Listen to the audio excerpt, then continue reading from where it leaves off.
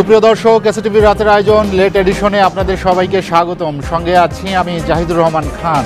দর্শক, আজ আমাদের আলোচনার বিষয় উপজেলা নির্বাচনে সংঘাতের আশঙ্কা। আর এই আলোচনায় আমার সঙ্গে স্টুডিওতে আছেন বাংলাদেশ আওয়ামী লীগের নেতা, সাবেক এমপি ও সাবেক মন্ত্রী বীর মুক্তিযোদ্ধা ধীরেন্দ্র দেবনাথ শম্ভু, আছেন G9-এর সাধারণ সম্পাদক ডাক্তার শাকাত হোসেন সায়ন্ত এবং জাতীয় পার্টির প্রেসিডিয়াম সদস্য ফখরুল ইমাম। আপনাদের তিনজনকে আমাদের আলোচনায় স্বাগত জানাচ্ছি। আলোচনার শুরুতেই আমি ডাক্তার শাকাত হোসেন সায়ন্ত ভাই আপনার কাছে যেতে চাই। আমরা ট্রান্সপারেন্সি ইন্টারন্যাশনাল বাংলাদেশ টিআইবির আজকে যে রিপোর্ট সেটি নিয়ে আমরা আলোচনাটা শুরু করতে চাই। সেখানে বলা হয়েছে যে 13 জন মন্ত্রী এমপির স্বজনরা উপজেলায় যে 141টি উপজেলা প্রথম ধাপে নির্বাচন হচ্ছে সেখানে তারা অংশ নিচ্ছে। এছাড়াও যারা অংশ নিচ্ছে তারা সবাই সরকার সমর্থক। সে কারণে তারা অনেকটা সংঘাতের আশঙ্কা করছে। আপনার কি মনে হয় যে এখানে যেহেতু একপাক্ষিক বা একই মতাদর্শের একই দলের হতে পারে, তার আবার কেন সংঘাত হবে? আপনাকে ধন্যবাদ জানাচ্ছি। আর আমার সঙ্গে দুইজন সিনিয়র পলিটিশিয়ান, দুইজন অভিজ্ঞ রাজনীতিবিদ, পার্লামেন্টারিয়ান, সাবেক এমপি আলোচনায় আছেন। তাদের প্রতি শ্রদ্ধা এবং যারা শুনছেন সবার জন্য শুভকামনা রইল। প্রথমত হলো, বাংলাদেশের রাজনীতিতে সংঘাত ওতপ্রোতভাবে জড়িত। এটা বাংলাদেশের অভ্যুদয়ের সময় থেকে আমরা দেখেছি। এটা কখনো কখনো খুব বেড়ে যায়, কখনো একটু হ্রাস টেনে ধরা হয়। কিন্তু গত ১.৫ দশকে বাংলাদেশের রাজনীতিতে যে একটা ক্ষমতা কেন্দ্রীভূত, একমুখী ক্ষমতা কেন্দ্রীভূত হওয়ার যে প্রক্রিয়া চূড়ান্ত রূপে পৌঁছেছে, সে কারণে আভ্যন্তরীণ সংঘাত বেড়েছে। আগে সংঘাত ছিল বিভিন্ন দলে দলে, আওয়ামী লীগ বিএনপি, জাতীয় পার্টি বিএনপি, জাতীয় পার্টি আওয়ামী লীগ বা জামায়াত আওয়ামী লীগ বিএনপি, এরকম এক এক দল বা প্রার্থী প্রতিদ্বন্দ্বীর মধ্যে ছিল।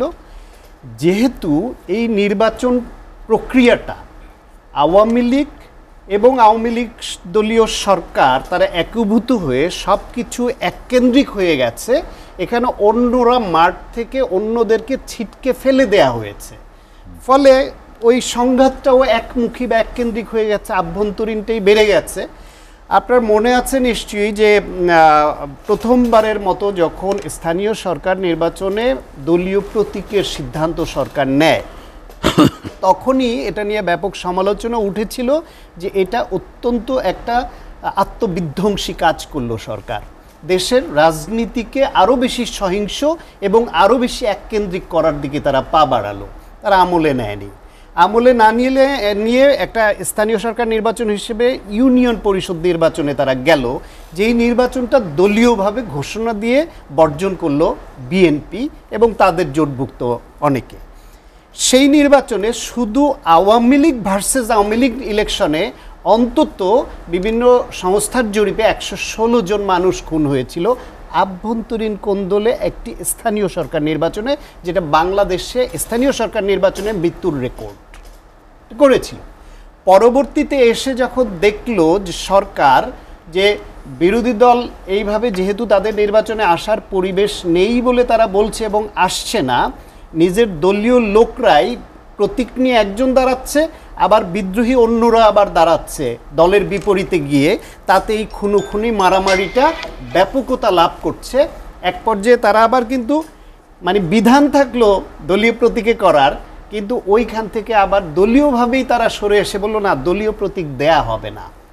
এটা যে তাদের আত্মবিধ্বংসী একটা ভুল সিদ্ধান্ত ছিল, যেটা বাংলাদেশের নির্বাচনী ব্যবস্থাকে আরও পিছিয়ে দিতে ভূমিকা রেখেছে, সেটা কিন্তু তারা রিয়ালাইজ করছে, হাড়ে হাড়ে টের পাচ্ছে। কিন্তু ওই বিধানটা চেঞ্জ করার দিকে যাচ্ছে না, ব্যক্তিগত দলীয়ভাবে সিদ্ধান্ত নিলে আর প্রতীক দেওয়া যাবে না, দিতে পারছে না সোজা বাংলা। সেই অবস্থার মধ্যে এখন যে নাটকটি মঞ্চস্থ করতে যাচ্ছে, বাংলাদেশের নির্বাচন তো বেসিক্যালি নাটক। এইখানে নির্বাচন, গণতন্ত্র, মানবাধিকার, এগুলো তো একটা হাস্যকর উপাদানে পরিণত করেছে গত 1.5 দশকে। সেই অবস্থার মধ্যে তারা এখন যে উপজেলা নির্বাচনটা করছে, যথারীতি বিএনপি তারা অংশ নিচ্ছে না, দলীয়ভাবে ঘোষণা দিয়েছে এটা বর্জনের। ফলে আওয়ামী লীগের যারা, তারা মনে করছে ওই এদের এমপি ইলেকশনের মতো, যদি শক্তি থাকে, যদি অস্ত্রবল থাকে, টাকার জোর থাকে এবং প্রশাসনে তার ক্ষমতা থাকে, তাহলেই তো সে নির্বাচিত হবে। সেই কারণে প্রত্যেকেই মনে করে এখানে এডিশনাল একটা স্ট্রেংথ হচ্ছে দলীয় সমর্থন পাওয়াটা। দলীয় সমর্থন পেলেও যদি প্রশাসন তার কবজায় না থাকে, তার টাকার জোর না থাকে বা মাসল পাওয়ার একটু দুর্বল হয়ে পড়ে, তাহলে পরাজিত হওয়ার রেকর্ড আমরা নিকট অতীতে এমপি নির্বাচনেও দেখেছি। যদিও আমি অনুরোধ করব ব্যক্তিগতভাবে না নিতে, আমাদের ধীরেন্দ্র শম্ভু দাদা 5 বারের এমপি, এরকম স্ট্রং পার্লামেন্টারিয়ান, তিনি পর্যন্ত তার দলীয় প্রতীক নিয়েও তৃতীয় হয়েছেন এবং প্রকাশ্যে সংবাদ মাধ্যমে বলেছেন এবং লিখিতভাবে বলেছেন প্রশাসন তাকে হারিয়েছে কারচুপি করে। তাকে যা ইয়ে করে রেজাল্ট পাল্টে দিয়ে প্রশাসন হারিয়েছে। যেই দেশে 5 বার নির্বাচিত হয় একজন এমপিকে, তার সেই সরকার দলীয় প্রতীক নিয়ে নির্বাচন করবার পরেও স্থানীয় প্রশাসন হাতে না থাকলে তাকে পরাজিত করে দিতে পারে কারচুপি করে, সেই দেশে তাহলে নির্বাচনগুলি কি হয়েছে বলেন? এত বছর ধরে এই কথাগুলোই বলে আসছিলাম এবং এটারই বিরোধিতা দাদা সবসময় আমার সঙ্গে করে আসছিলেন, কিন্তু এইবার হারে হারে নিজে টের পেয়েছেন। তার লিখিত স্টেটমেন্টে সেটা আসছে যে তাকে রেজাল্ট জালিয়াতি করে হারানো হয়েছে। এটাই বাস্তবতা। তার মানে হচ্ছে আপনার যদি প্রশাসন টাকা মাসল পাওয়ার না থাকে তাহলে এইখানে প্রতীক এটা কিছু না, তবে দলীয় প্রতীক পেলে অনেক সময় বেশিরভাগ ক্ষেত্রে প্রশাসনের আনুকূল্য পায় বলে ওই প্রত্যাশা করে। এখন প্রতীক নাই, তাহলে কি দলের সমর্থন? সেই দলের সমর্থনের বেলায় হলো কি, যারা যেখানে এই দেশে যে সব আমি খাবো, আপনি সমস্ত ক্ষমতা কেন্দ্রীভূত করে এককেন্দ্রিক করছেন আমি খাবো বলে, তাহলে আপনার ফলোয়ার যারা, তারও যে যার জায়গায় যার যার বনে তো সে বাঘ হতে পায় চায়, মনে করে আমি খাবো। এখন একজন এমপি যে উনি মনে করেন আমি তো এমপি আছি, উপজেলাতে যদি আমার ছেলেরে দিতে পারি বা আমার বউকে দিতে পারি বা আমার ভাতিজাকে দিতে পারি তাহলে এইটাও আমার হাতে চলে আসে। ইউনিয়নটা যদি আমার নাতিকে দিতে পারি তাহলে ওটাও হাতে চলে আসে। তা এই বনে তো আমি রাজা, আমি সব খাবো। তো কেন্দ্র যদি শিক্ষা দেয় আমি সব খাবো, সব দলকে জেটিয়ে বিদায় করো, তাহলে তার ফলোয়াররা ওইখানে যদি ওই আচরণ করে, এটা খুব দোষের হয়। সেটাই হচ্ছে এবং সে কারণে আশঙ্কা হচ্ছে। আমি আপনার কাছে আবার আসবো। জেনারেল দেবনাথ শম্ভু দাদা, যেটি শান্ত বলছিলেন যে অন্য সব দল নির্বাচনী ব্যবস্থা থেকে ছিটকে গিয়েছে, বিএনপিও বর্জন করছে নির্বাচন, তাহলে সংখ্যাটা কেন? না, ধন্যবাদ আপনাকে এবং ধন্যবাদ সম্মানিত আলোচক বৃন্দ এবং দর্শকদের। সায়ন্ত সাহেব তো যা কিছু বললেন কল্পনা থেকে সৃষ্টি করে করে করে করে কিন্তু বললেন। যেমন উনি 1.5 দশক ধরে একমুখী সরকার, তাতে দেশের কি ক্ষতি হয়েছে? একমুখী সরকার বলবো পরের বার। না কেন বলবো, জনগণ যদি চায় 100 বছর থাকলে নিশ্চিত করে কে? আপনাকে তো ভোটের মাধ্যমে আসতে হবে। এই গেল একটা কথা। আর একটা বললো যে আপনার আমার সম্পর্কে উনি কতগুলো কথা বলছেন, এটা বলাটা ঠিক হয় নাই। কারণ আমি কোনো জায়গায় কোনো মোকদ্দমা করি নাই, কোনো জায়গায় কোনো নালিশও করি নাই, কোনো জায়গায় কোনো প্রতিকারও চাই নাই। উনি এগুলো কোথায় পেলেন? উনি বলে যে আমি নাকি সাক্ষাৎকারে বলছি, কোথায় কোনো ডকুমেন্ট আছে এগুলো? এগুলো বলা ঠিক না। যখন আমি যেখানে উপস্থিত, এখানে আমার সম্পর্কে এই জাতীয় বানিয়ে বানিয়ে কথা বলাটা দুঃখজনক। এটা শান্ত সাহেব খুব খুব দুঃসাহস করলেন আপনি, এটা ঠিক হয় নাই। কারণ আমরা তো কোনো রিলিফ চাই না কোথাও। আমাদের পক্ষ থেকে, আমার পক্ষ থেকে তো কোনো নালিশ করা হয় নাই। এটা আপনি কোথায় পেলেন? নির্বাচন সুষ্ঠু হয়েছে, ভোট ঠিক মতো দিয়েছে, আমরা ইলেকশন করছি, বাস শেষ। অল্প কিছু ভোটের হিসাবে নিকাশে হয়ে গেছে, এটা কিছু করার নাই। 5 বার 7 বার ইলেকশন করছি। আপনি এই সমস্ত ডকুমেন্ট লিখে হলো তো কামাবেন না। আমার কোনো সাক্ষাৎকার আপনি পাইছেন? কারণ কোথায় পেয়েছেন আমার সাক্ষাৎকার? দেখাবো কে সাক্ষাৎকার দিচ্ছে, এসব বানাই না খবর। যে এনিওয়ে, উনি এই যে একটা এত বড় একটা গুরুত্বপূর্ণ নির্বাচন, এই নির্বাচনটাকে উনি একেবারে ছোট করে দেখলেন। বলছে যে নির্বাচনই নাই, উপজেলা এটা ওনাদের কথা। ওনারা তো আসতে এখন সাহস পাচ্ছে না। ওনাদের এমন অবস্থা হয়েছে, নির্বাচনে আসার মতো কোনো সাহস নাই, তার কোনো সাহস নাই। এবং এই আসে না বললে তারা এইভাবে এই যে দেখেন, এই যে এবার যে নির্বাচন যেটা গেল 2007-এ ফখরুল ভাই তো নির্বাচন করছেন, এরা তো আমেরিকার এটা খুব নাচানাচি করলো। আমেরিকা কিন্তু তাদেরকে নির্বাচন করতে বলছিল।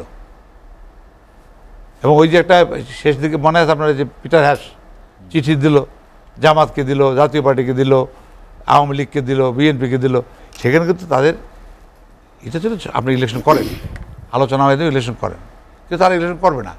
এখন তারা আমেরিকার উপর ভরসা করে এই দেশটাকে একটা মানে টোটাল আমাদের রাষ্ট্রনীতি, আমাদের পররাষ্ট্রনীতি, আমাদের সংবিধান, আমাদের জনগণের অধিকার সমস্ত কিছুকে তছনছ করতে তারা চেয়েছিল। সেখানে আমেরিকা তাদেরকে হওয়াই দেবে, আমেরিকা তাদেরকে ক্ষমতা পাঠিয়ে দেবে।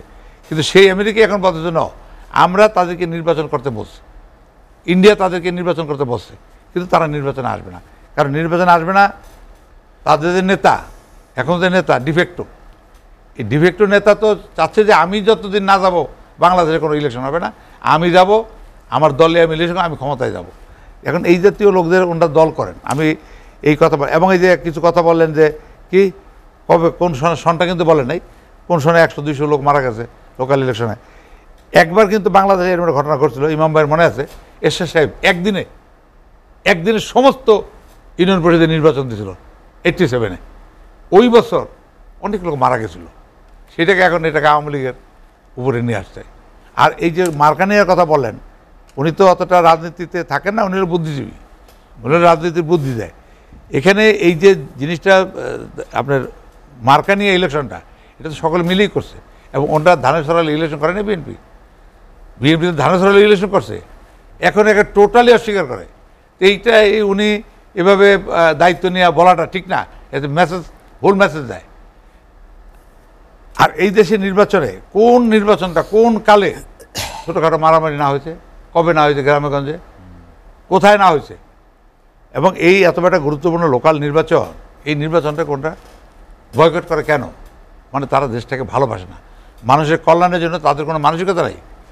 যেখানে আমরা বাধ্য করতে উপজেলা নির্বাচন, এমনকি দেখেন আজকে ওনাকে আমার তো কথা ভালো লাগে না, কারণ উনি বিএনপির কোনো জায়গায় নাম নেই, উনি বিএনপির বুদ্ধিজীবী।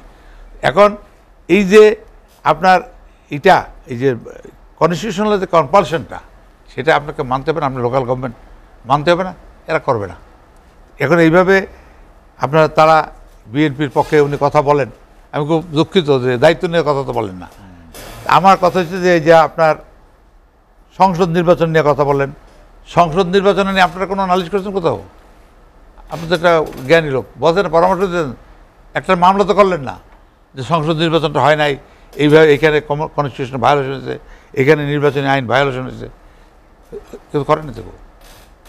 আপনার মূল কথাটা হচ্ছে যে এই নির্বাচনটা করতে হবে, এবং আওয়ামী লীগ জনগণের পক্ষের শক্তি, দেশের মানুষ গণতন্ত্রে বিশ্বাস করে, যার জন্য local government also important sector. কারণ আমাদের কনস্টিটিউশনে পরিষ্কার বলা আছে যে প্রত্যেকটা এই নির্বাচিত ইউনিটগুলো প্রশাসনিকভাবে স্বাধীন থাকবে। এটা লোকাল গভর্নমেন্ট গুরুত্ব দেন আর কি। আর রাষ্ট্র ক্ষমতায় কবে যাইবে, কবে নির্বাচন করবে, এই জাতীয় মেন্টালিটি নিয়ে রাজনীতি করা ঠিক না। এবার আমার কথা হচ্ছে যে যেটা মাননীয় প্রধানমন্ত্রী যেটা বলছেন, উনি কেন বলছেন? উনি তো একটা দায়িত্ব নিয়ে জাতীয় নেতার মধ্যে তিনি সিদ্ধান্ত দিচ্ছেন যে লোকাল গভর্নমেন্ট ইলেকশনগুলোতে তোমরা প্রভাব বিস্তার করতে পারবে না, মানুষ স্বাধীনভাবে ভোট দেবে, যে যাকে ভোট দেয়। এইটা কি খুব খারাপ হয়ে গেল? এটা ওটা প্রশ্নবিদ্ধ করতে পারে, এই জিনিসটা পারে না। কারণ এই জিনিসটা দিয়ে আগামী দিনের নির্বাচন ব্যবস্থা, জনগণের মানসিকতা, সুষ্ঠু নির্বাচনের জন্য এটা একটা গুরুত্বপূর্ণ পদক্ষেপ মাননীয় প্রধানমন্ত্রী, এবং উনি সেই জন্যই বলছেন। এবং এখন কথা যে দরকারটা কি, বাবা এমপি, ছেলের উপজেলা চেয়ারম্যান লাগবে কেন? তার ওয়াইফের আবার দাঁড়াচ্ছে তো, কেউ তো শুনছে না। না না, শোনা না শোনা অন্য কথা, কিন্তু ডিসিশনটা মাননীয় প্রধানমন্ত্রী, এটা তো সঠিক আছে, সঠিক ডিসিশন। কারণ শান্তিপূর্ণ নির্বাচন করতে গেলে প্রভাবমুক্ত এবং প্রভাবশালীদের হস্তক্ষেপ মুক্ত না করলে জনগণের তো ভোটাধিকার থাকে না। এবং এই জনগণের ভোটাধিকারকে নিশ্চিত করার জন্যই তো মার্কাটা দিল না। তো মার্কাটা তো এটা অন্য মার্কা মাইনে ইলেকশন করছে, এখন অন্য এমন ভাব করে যে মার্কাটা শুধু আওয়ামী লীগ করছে। তো সেখানে এটা বাধ্য না, কেউ বাধ্য না, এটা দল বাধ্য না যে আমার এটা মার্কা নিয়ে করতেই হবে। এটা মাননীয় প্রধানমন্ত্রী দেশের সার্বিক অবস্থা বিবেচনায় দল মনে করেছে যে না, আমরা একটা সুন্দর নির্বাচন করতে চাই, জনগণকে স্বতঃস্ফূর্তভাবে জনগণ ভোট দেবে, এলাকায় যাকে খুশি তাকে দেবে, ভোট এইভাবে চলবে, যার জন্য কিন্তু এই সিদ্ধান্তটা নিয়েছে। এবং এটার জন্য কেউ মানে নাই, এটা এখন কোনো ইস্যু না। প্রধানমন্ত্রীর নির্দেশ, দলীয় নির্দেশ যদি কেউ অমান্য করে, সেটা action will be taken letter on, কিন্তু এটা কোনো ইস্যু না। ইস্যু হচ্ছে যে সুন্দর সুষ্ঠু নির্বাচন, যেটা জনগণ চাচ্ছে। দীনেন্দ্র শম্ভু দাদা, আপনার কাছে আমি আবার আসবো। ফখরুল ইমাম, দীনেন্দ্র শম্ভু যেটি বলছিলেন যে প্রভাবমুক্ত রাখার জন্য এমপি মন্ত্রীদের, তার স্বজনদের নির্বাচনে না করা হয়েছিল আওয়ামী লীগের হাইকমান্ড থেকে, কিন্তু সেটি শোনেনি কেউ, কেন তাদের শোনানো গেল না? আর এ কারণেই কি সংঘাতের সংখ্যাটা বাড়ছে? ধন্যবাদ আপনাকে। আমার সঙ্গে দুইজন বিজ্ঞ আলোচকবিদ আছে, তাদেরকে ধন্যবাদ জানাচ্ছি। দেখেন, উপজেলাটা কিন্তু জাতীয় পার্টির একটা ইমোশনাল অ্যাটাচমেন্ট। উপজেলা কিন্তু আমাদের মাধ্যমেই, আমাদের প্রয়াত নেতা এরশাদ সাহেবের প্রচেষ্টাতেই উপজেলাটা সৃষ্টি হয়েছিল। পরবর্তীকালে বিএনপি যখন আসে, এই সিস্টেমটা উঠে দিয়েছিল। এটা কেন হলো যে এই জন্যে যে আমাদের সংবিধানে 11 এতে আছে যে আপনার অ্যাডমিনিস্ট্রেটিভ ইউনিট যেগুলো আছে একদম নিচের থেকে, সেগুলো জনপ্রতিনিধি দ্বারা পরিচালিত হবে। সেই হিসাবে উপজেলা এখন যে ফরম্যাটে আছে, আমাদের সময় কিন্তু এইটা ছিল না, আরও পাওয়ারফুল ছিল। উপজেলা পরিষদটা আরও পাওয়ারফুল ছিল, এখন তো অনেক পাওয়ার উঠিয়ে নিয়েছে। এই পরিষদের এখন নির্বাচন হচ্ছে। এখন কথা হলো যে দেখেন, এই নির্বাচনটা 7ই জানুয়ারি যে নির্বাচনটা হলো, সেটা তো আমরাই জানি এক দলের নির্বাচন হয়েছে, সেখানে আমরা গিয়েছিলাম। সেই নির্বাচন করতে যেয়ে আওয়ামী লীগকে কতগুলো জিনিস তাদেরকে হজম করতে হয়েছে, আমি বলবো এটা, যে তাদের গঠনতন্ত্রের বাইরে যেয়েও কতগুলো কাজ করতে হয়েছে। যেমন ছিলেন নমিনেশন যাকে দেওয়া হলো, তার বাইরে কেউ যদি আপনার দাঁড়াতো স্বতন্ত্র, তাকে বহিষ্কার করার কথা। সেখানে যে কোনো কারণেই হোক, একটা বড় দল নির্বাচনে না আসার ফলে সেই ভ্যাকুয়ামটা হয়তো ওনারা পূরণ করতে চেয়েছেন, কিন্তু সেইটার রেজাল্ট আগেও বলেছিলাম যে এইটা একবার হইতে পারে এই টাইপের, কিন্তু এটা ধারাবাহিকতা রাখা যাবে না। এখন সে একই অবস্থা। এখন হলো যে উপজেলা নির্বাচন, এটাও একটা জাতীয় নির্বাচন। জাতীয় নির্বাচনে এখন অ্যাসপিরেন্ট হয়ে গেছে। তো আওয়ামী লীগ তো একটা দল হিসাবে তাদের যে কর্মীরা, এখন ধরেন মেম্বার, ইউনিয়ন চেয়ারম্যান সবাই তো আপলিফটেড হইতে চায়, নিজের পজিশনকে আরও উঁচাই নিতে চায়। এখন এইখানে হয়েছে কি, যেহেতু এখানে প্রতীকও নাই, এবার নমিনেশন সিস্টেমও নাই, সুতরাং এইখানে দলের ভিতরে মানে যাদের ইচ্ছা, সুতরাং দলের নিয়ম শৃঙ্খলা আমার মনে হয় বহির্ভূতভাবে সবাই দাঁড়িয়ে গেছে। আর সরকার বাধা দেয় না এই জন্যে যে না দাঁড়ালে তো আপনার নির্বাচনটা ওরকম জমজমাট হবে না, সেই জন্য। তারপরে দেখা গেল যে এটা কি বিএনপি বয়কট করছে সে কারণে এই কৌশল কিনা? না, বিএনপি বয়কট করছে আমি বলি না, আমি বলছি যে নির্বাচনটাকে জমানোর জন্য এটা করা হয়েছে। কিন্তু আলটিমেটলি আমাদের এখানে এই যে সমুদ্র 5 বার হয়েছে, এরকম অনেকেই আছে, 5-6 বার এমপি হয়েছে।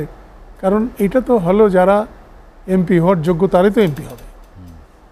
সুতরাং এমপির যদি একটা যোগ্য ছেলে থাকে, তার যোগ্য ভাই থাকে, কেন হবে না? না হওয়ার তো কোনো কারণ নাই। আচ্ছা, এইবার সিচুয়েশনটা একটু অন্যরকম, যে এখন যেহেতু একটা বড় দল নির্বাচনে আসে নাই, বড় দল না আসলেও বড় দলের কিন্তু যারা নির্বাচনে দাঁড়ানোর মতো ব্যক্তি, তারা কিন্তু এসছে। প্রথম ধাপে 81 জন, দ্বিতীয় ধাপে 62 জন। এদেরকে বিএনপি সবাইকে বের করে দিয়েছে। কিন্তু তারপরেও আমার মনে হয় যে এই যে নির্বাচনে যাব না, এটা কোনো সমাধান নয়। নির্বাচন যতই খারাপ হোক, নির্বাচনে পার্টিসিপেট করেই নির্বাচনকে আন্দোলন হিসাবে নিতে হবে। নেওয়ার পরেই এই আপনার নির্বাচন পদ্ধতিটা ঠিক হয়ে আসবে জনগণের কাছে।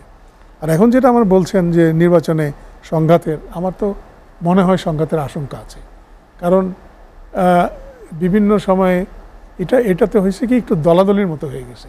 আওয়ামী লীগের ভিতরেই, আওয়ামী লীগের ধরেন প্রেশার গ্রুপ আছে, প্রত্যেকটা ইউনিট মানে আমি উপজেলার কথা বলছি, প্রত্যেকটা উপজেলায় কিন্তু আওয়ামী লীগের একটা কমিটি আছে, সভাপতি, সেক্রেটারি, 41 জনের একটা কমিটি আছে। এই যারা দাঁড়াইছে তারা কিন্তু 71, এই 71-এর ভিতর থেকেই কিন্তু দাঁড়াইছে। এই 70 হয় সভাপতি দাঁড়াইছে, না হলে জয়েন্ট সেক্রেটারি দাঁড়াইছে, না হলে স্বেচ্ছাসেবক লীগের প্রেসিডেন্ট দাঁড়াইছে। সুতরাং আওয়ামী লীগের ভিতর থেকেই দাঁড়ানোর ফলে ওই তো তাদের কর্মীবৃন্দ ভাগ হয়ে গেছে, যার যার পক্ষ নিয়েছে। সুতরাং এইখানে যদি নির্বাচনটা আসলে যেই করুক, নির্বাচন যে সুষ্ঠু হয়, সবাই যদি মনে করে যে না আমার স্টেকটুক আমি পেয়েছি, কোনো অনিয়ম হয় নাই, তাহলে সংঘাতটা কমে আসবে। আর যদি এর ভিতরেও সায়ন্ত সাহেব যেটা বলেছে যে প্রশাসনকে হাত করা, দলীয় প্রশাসনকে হাত করা, দলকে হাত করা, বা এই এমপি বা মন্ত্রীদের প্রভাব খাটানো, তাহলে তো সংঘাত হওয়ার সম্ভাবনা আছে। জি ফখরুল ভাই, আমরা একটা বিরতি নিব, বিরতি না শোনেন, বর্জন সমাধান কিনা এটা যেই যেই দলের দৃষ্টিভঙ্গি। আওয়ামী লীগ একসময় বর্জনের সমাধান খুঁজেছে, জাতীয় পার্টি বর্জনের সমাধান খুঁজেছে, বিএনপি একাধিকবার বর্জনের সমাধান খুঁজেছে। জাতীয় পার্টির অধীনে নির্বাচনে ৮৬ এবং ৮৮-তে আওয়ামী লীগ বিএনপি উভয়ই বর্জনের সমাধান খুঁজেছে। সুতরাং এটা এক একটা দল এক এক সময় তাদের কৌশল হিসেবে যেটাকে মনে করে ঠিক সেটায় সফলতা কখনো পায়, কখনো পায় না। সুতরাং এটা ওই দলের বিষয়, দৃষ্টিভঙ্গির বিষয়। বরং আমি ওই বিষয়ে আসার আগে ছোট করে ২-৩টা জিনিস বলে নেই। আমার আগের বক্তব্যে দাদা বলছেন যে ইউনিয়ন পরিষদে নির্বাচনে আমি যে ১১৬ জন বলছি সেটা জাতীয় পার্টির উপর চাপিয়ে দিয়েছেন। এখন তো সব কিছু হাতের কাছে সার্চ দিলেই বের হয়ে আসে। সুজনের গবেষণাপত্র আছে এটার উপর। ২০১৬ সালে যে ২২ মার্চ থেকে ৫ ধাপে যে ইউপি নির্বাচনটা হয়েছিল, ওই নির্বাচনে দলীয় প্রতীকে প্রথম যে ইউনিয়ন পরিষদ নির্বাচনটা উপজেলার পরে, পৌরসভার পরে হয়, সেইটায় অন্তত ১১৬ জন নিহত করেছেন নিজেরা, এটা রেকর্ড আছে। গেল একটা। সুতরাং এটা আমি সন্তারিক বলি নাই বলে সেটা জাতীয় পার্টির উপর চাপিয়ে দিয়েছিলেন দাদা, এটা ঠিক না। দ্বিতীয় কথা হচ্ছে যে আমি তো আসলে শম্ভুদার আসনের লোকও না, আর আমি ওখানে ওনার সঙ্গেও ছিলাম না। আমরা সংবাদ মাধ্যম থেকে নেই। প্রথম আলোর হেডলাইন হচ্ছে ১০ জানুয়ারি ২০২৪-এর, যেটা ভোটে কারচুপি ও অনিয়মের অভিযোগ দিলেন নৌকার প্রার্থী শম্ভু। ঢাকা পোস্ট, বরগুনা ১ আসনের ফলাফল প্রকাশে অনিয়মের অভিযোগ নৌকার প্রার্থীর। আপনার ডেইলি স্টার বাংলার রিপোর্ট, বরগুনা ১ আওয়ামী লীগের ৩ স্বতন্ত্রের চাপে নৌকার ধীরেন্দ্র শম্ভু। এটা হলো নির্বাচন আগের। বিবিসিতে একটা রিপোর্ট বিস্তারিত আছে, সংসদ নির্বাচন ২০২৪ নির্বাচনে যেসব অনিয়ম দেখছেন নৌকার পরাজিত প্রার্থীরা, এখানে সবার ছবি সহ সবার বক্তব্য আছে, তার মধ্যে শম্ভু দাদার বক্তব্যও আছে। আজকের পত্রিকা, ভোটে হেরে জেলের রিটার্নিং কর্মকর্তা বরাবর কারচুপির অভিযোগ শম্ভুর। এরকম সমস্ত পত্রিকার মানব জমিন, বাংলাদেশের এমন কোনো সংবাদ মাধ্যম নাই যাতে এইসব হেডলাইন কয়েকদিন ধরে আসেনি। তার কোনোটার প্রতিবাদ করেছেন, বলছেন এরকমও দেখিনি। এবং রিপোর্টে বিস্তারিত লেখা আছে যে 18টি রেজাল্ট শিট পর্যন্ত অ্যাটাচমেন্ট দিয়েছেন ওই লিখিত অভিযোগের সঙ্গে, যেখানে ওনার এজেন্টরা উপস্থিত ছিল না, সই নেয় নাই, এবং কিভাবে প্রশাসন তাকে কারচুপি করে রেজাল্ট পাল্টে দিয়ে হারিয়েছে এই অভিযোগ করেছেন বলে সমস্ত সংবাদ মাধ্যম এসছে। তার বিরুদ্ধে কি আইনগত ব্যবস্থা নিয়েছেন, কি বিবৃতি দিয়েছেন, প্রতিবাদ করেছেন, বা বিবৃতি দিয়ে বলছেন আমি এটা বলিনি, এটা আমার চোখে পড়ে নাই। যদি থাকে দাদা পরের বার বের করে দেখাতে পারেন। আর একটা গুরুতর যেই বিষয়টা আসলে যেটা একাডেমিক ডিসকাশনের দাবি রাখে, সেটি হচ্ছে যে এই যে একমুখী সরকার হওয়ায় দেশের কি ক্ষতি হয়েছে সেই প্রশ্নটা তুলেছেন। এই প্রশ্নের উত্তর গত এক সপ্তাহে বিভিন্ন কলাম লেখা এর মধ্যে আছে। আপনি জানেন যে আজকেই একটা 5 স্টার হোটেলে ঢাকা বিশ্ববিদ্যালয়ের উন্নয়ন অধ্যয়ন বিভাগ এবং বণিক বার্তা পত্রিকার একটা 2 দিনব্যাপী ইন্টারন্যাশনাল সেমিনার ছিল। সেই কনফারেন্সে তারা বলছে যে গণতন্ত্রের ঘাটতি বাংলাদেশের নানা ক্ষেত্রে সমস্যা তৈরি করেছে। গণতন্ত্রের এই যে ঘাটতির ফলে ক্ষমতা কেন্দ্রীভূত হয়েছে, যেটা আমি বলেছি, এর অনিবার্য ফল হিসেবে ব্যাংকিং খাত, শেয়ার বাজার, শিক্ষা প্রতিষ্ঠান ও প্রকল্প বাস্তবায়নের সমস্যা তৈরি হয়েছে।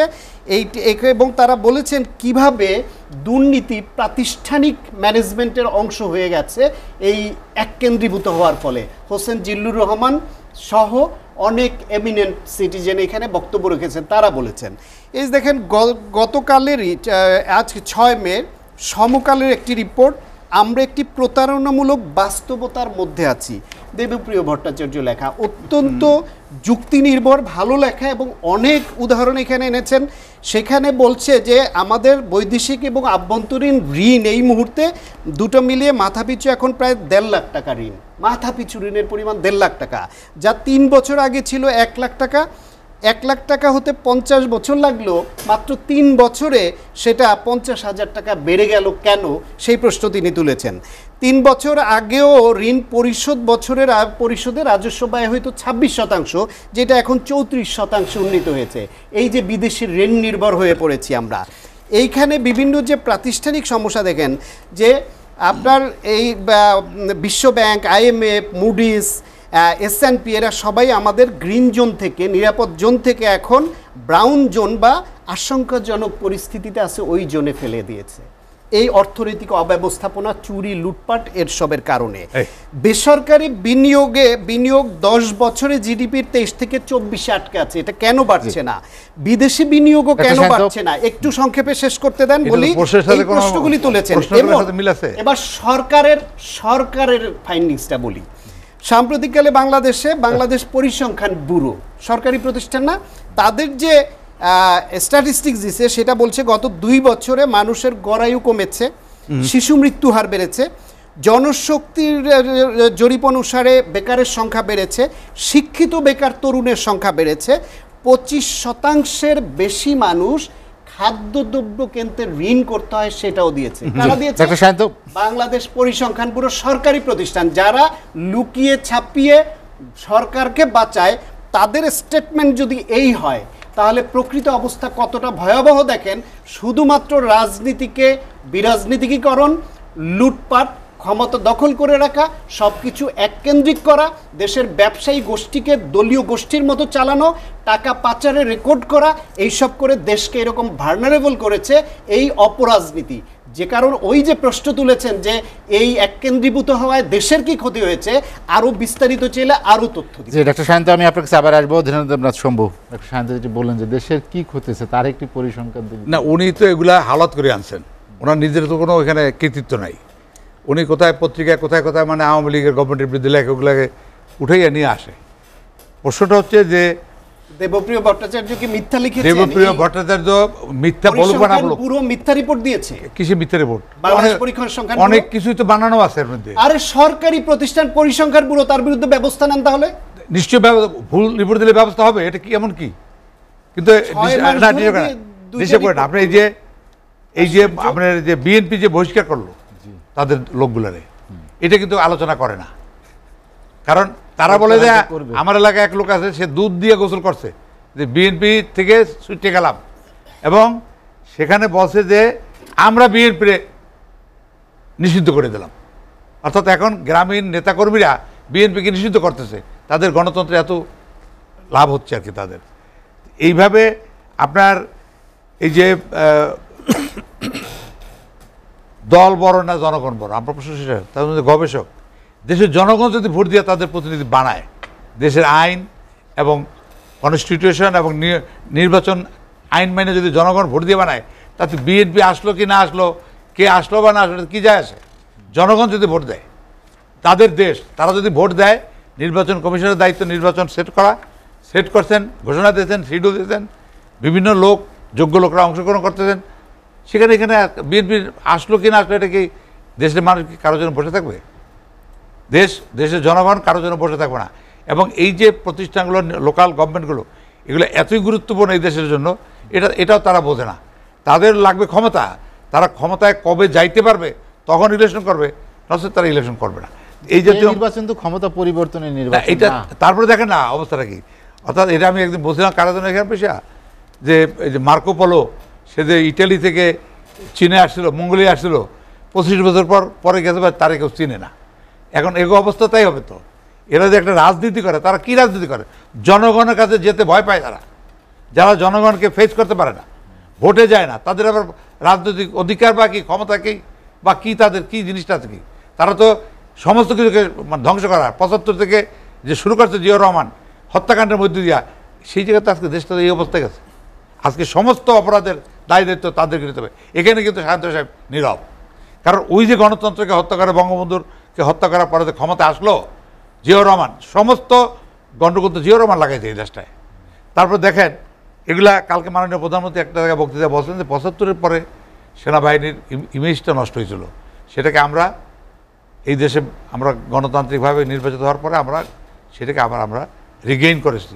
তার কারণ উনি জিয়াউর রহমান সাহেব ক্ষমতায় আসলো হত্যার মাধ্যমে। উনি কিন্তু এমন একটা ভাব যে উনি তো মারে নাই, মারছে মোস্তাক। আরে মোস্তাক কি? উনি হলো মোস্তাকের বাপ, এবং মোস্তাকের এমন কোনো ক্ষমতা ছিল না বঙ্গবন্ধুকে হত্যা করার। এই যে সে প্রধানমন্ত্রী, সে কেন মানে সেনাবাহিনীর প্রধান হয় নাই, হইতে পারে নাই। অথচ দেখেন বঙ্গবন্ধু কিন্তু ঠিকই তাকে বীরোত্তম টাইটেল দিয়েছেন, সব কিছু, কোনো অবিচার করে না, কিন্তু তার নিজের স্ত্রীকে সে রাখবে না, বঙ্গবন্ধু বাসা ডেকে না মিট করে, একটা সামাজিক করছেন, কিন্তু সেটা কী রাখলো? মোস্তাকের লগে আপনার তার তার যোগসাধ্য ছিল মুক্তিযুদ্ধের সময়। জিয়াউর রহমান, আমি যদি প্রশ্ন করি কোন সেক্টরে যুদ্ধ করছে, কে তাকে দেখছে, কোন উত্তর দিতে পারবো না। কিন্তু এখন এইভাবে করে করে জিয়াউর রহমানকে নায়ক বানাইয়া আজকে দেশটাকে বেকায়দা বানাই দিচ্ছে।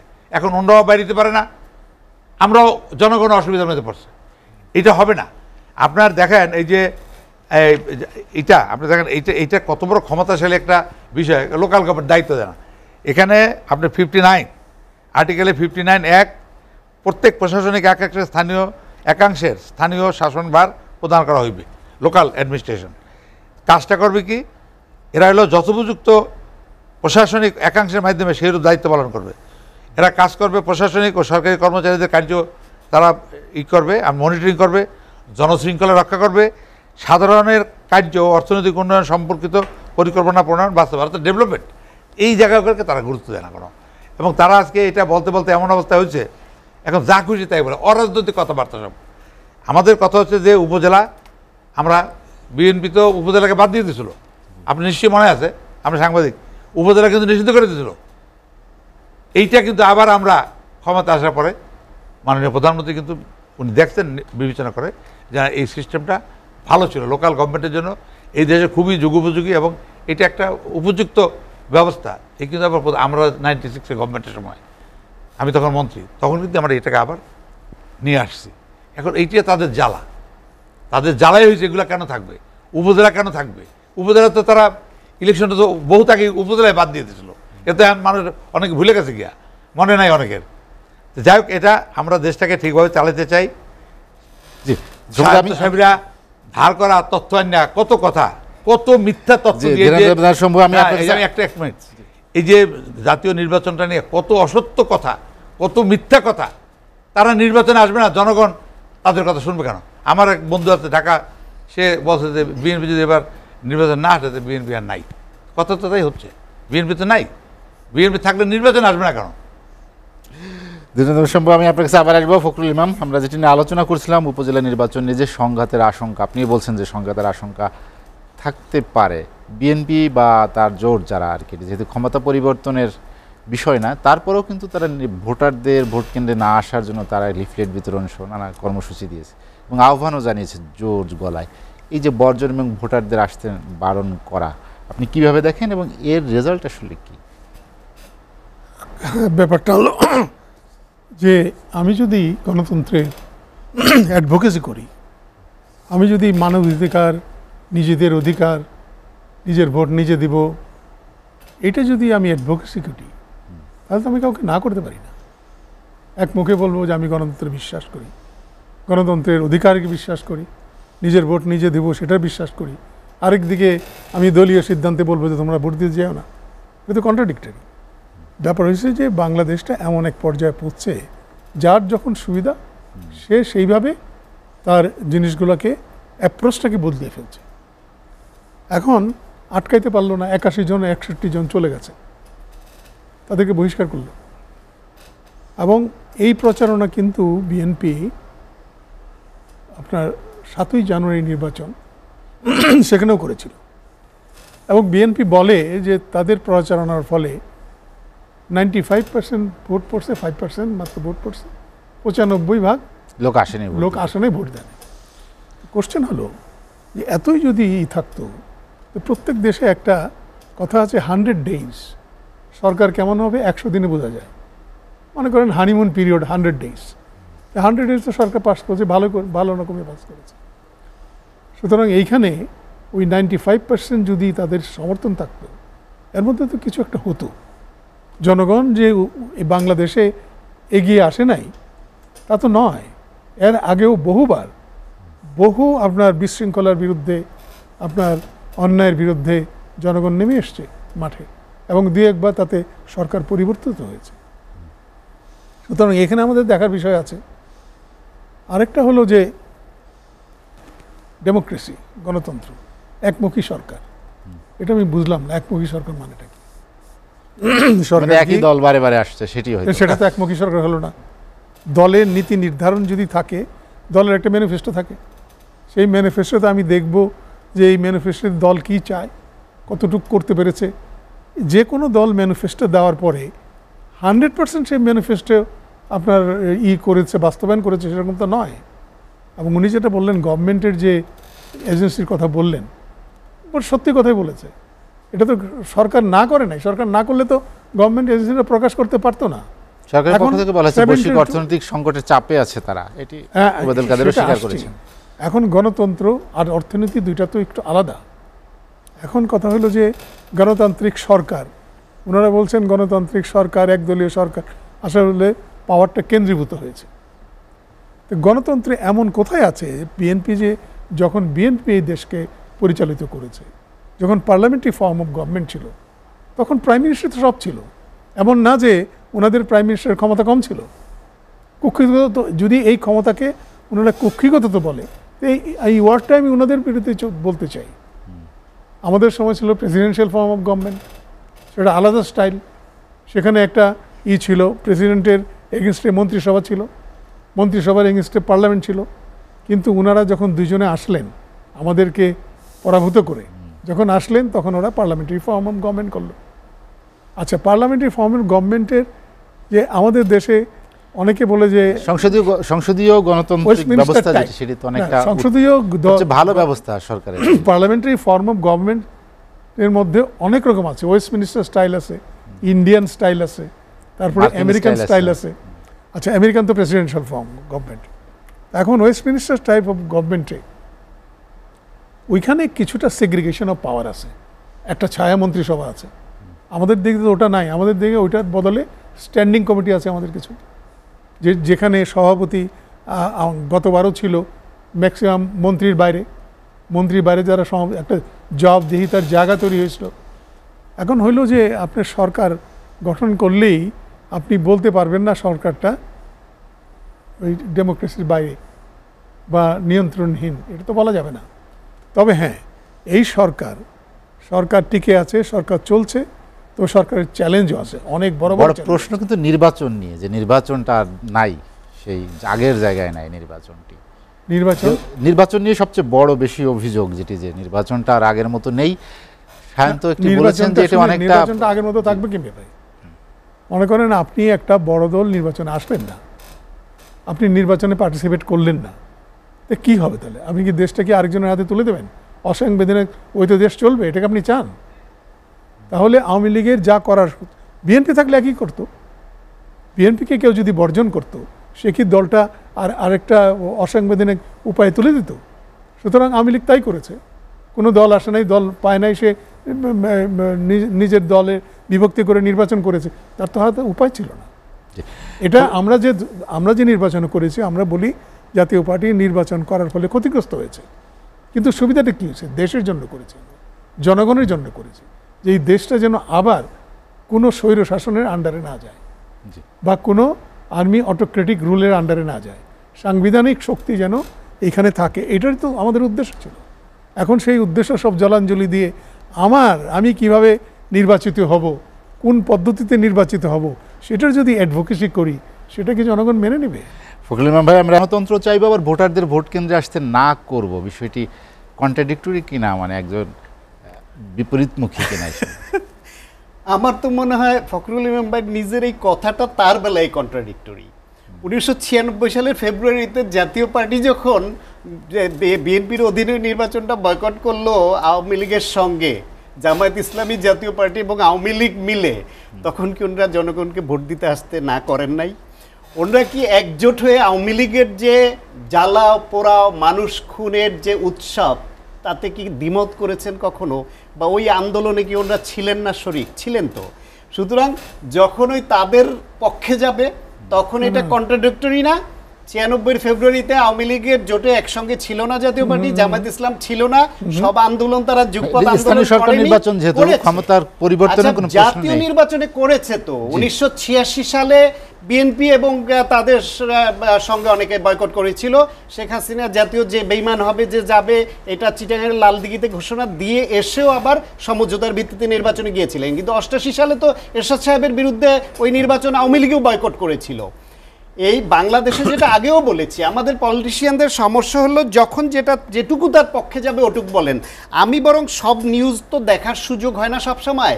আমি ভাবছিলাম, এই প্রশ্নটা এখনো মনে আছে, যে ফখরুল ইমান ভাই কি জাতীয় পার্টিতে এখনো আছেন কি না, না অবসরে গেছেন নাকি আওয়ামী লীগে জয়েন করেছেন।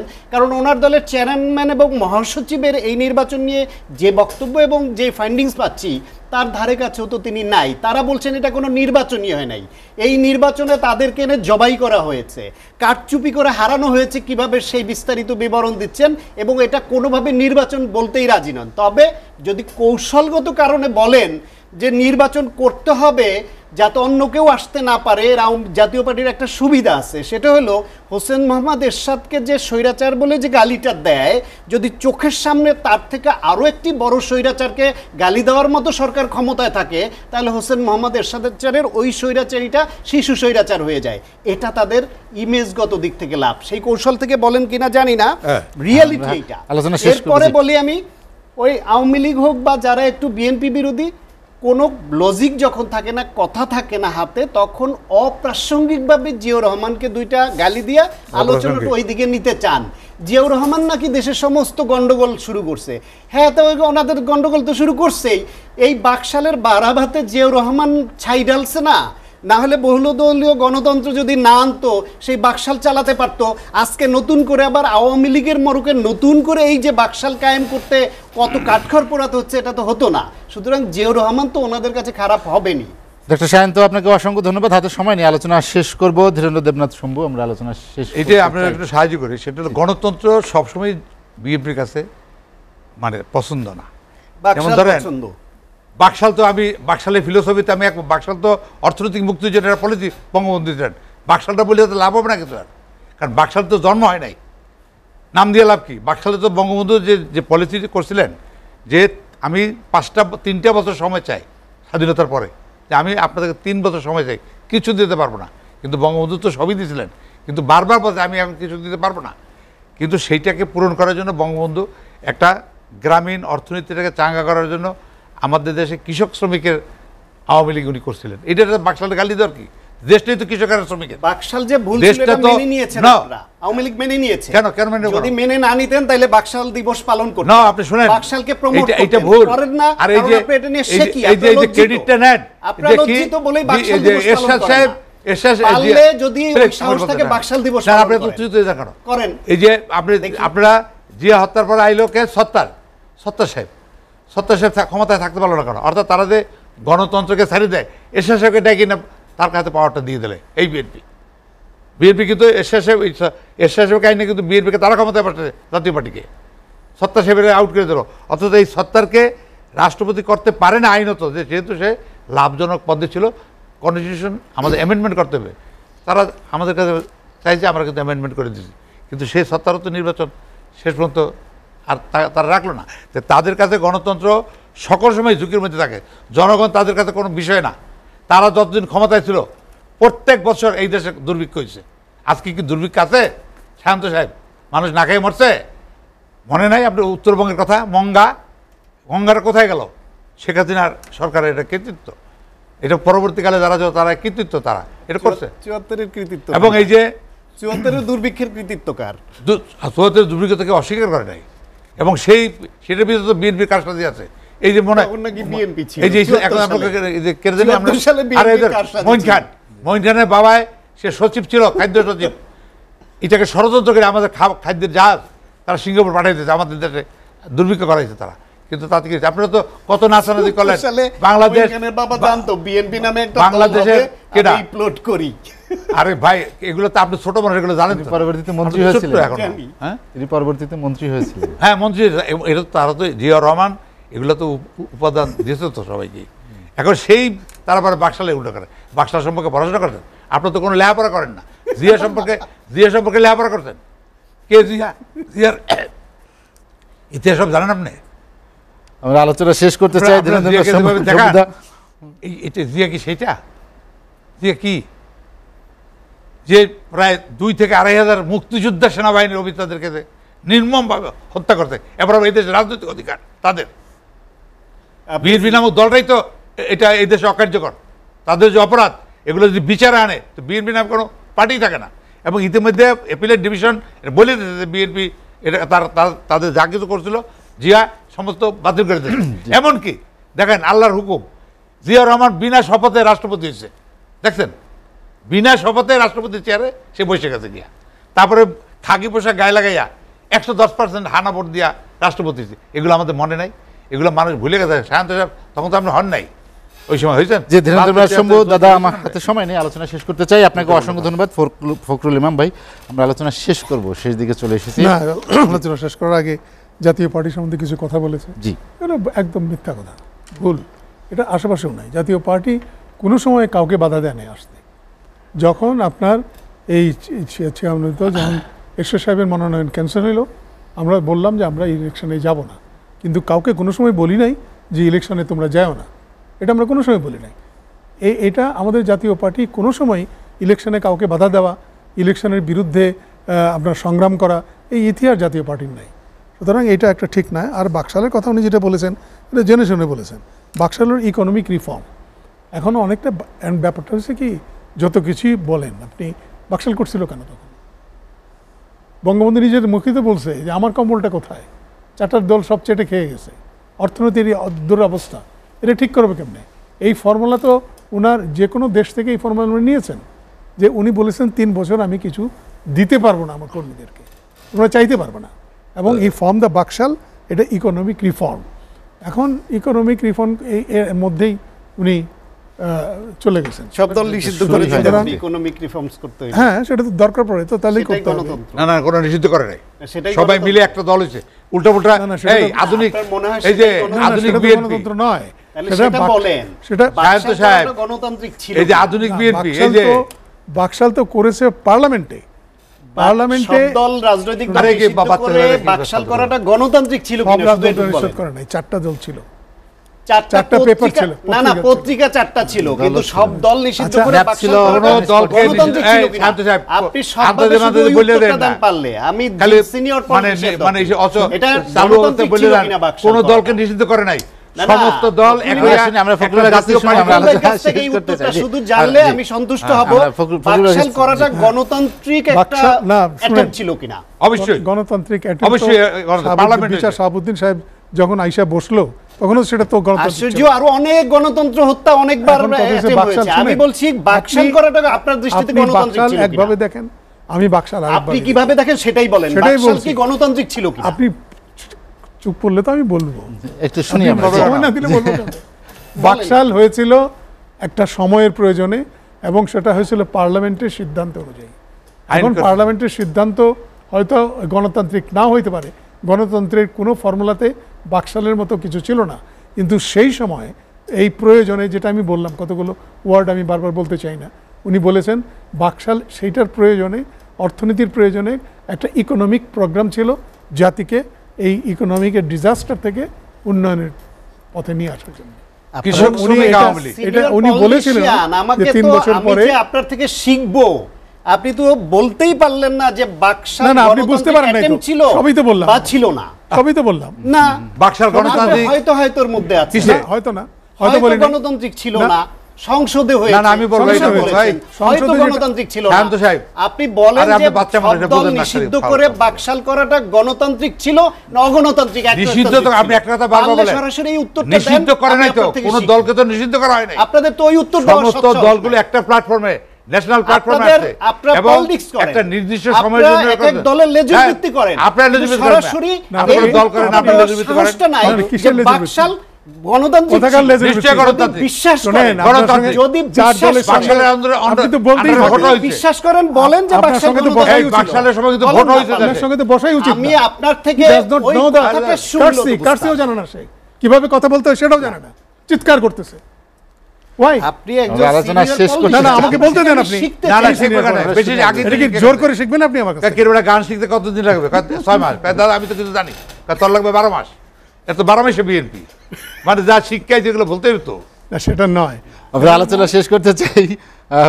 ভাই, আপনাকে অসংখ্য ধন্যবাদ। বীর মুক্তিযোদ্ধা ধীরেন্দ্রনাথ শম্ভু এবং ডাক্তার শাকাত হোসেন শান্ত, আপনাদেরকে অসংখ্য ধন্যবাদ। দর্শক জানিয়ে রাখি, লেট এডিশন পুনঃপ্রচার হয় সকাল 8টায়। আজ এ পর্যন্তই। ভালো থাকুন, সুস্থ থাকুন, এসিটিভির সঙ্গেই থাকুন।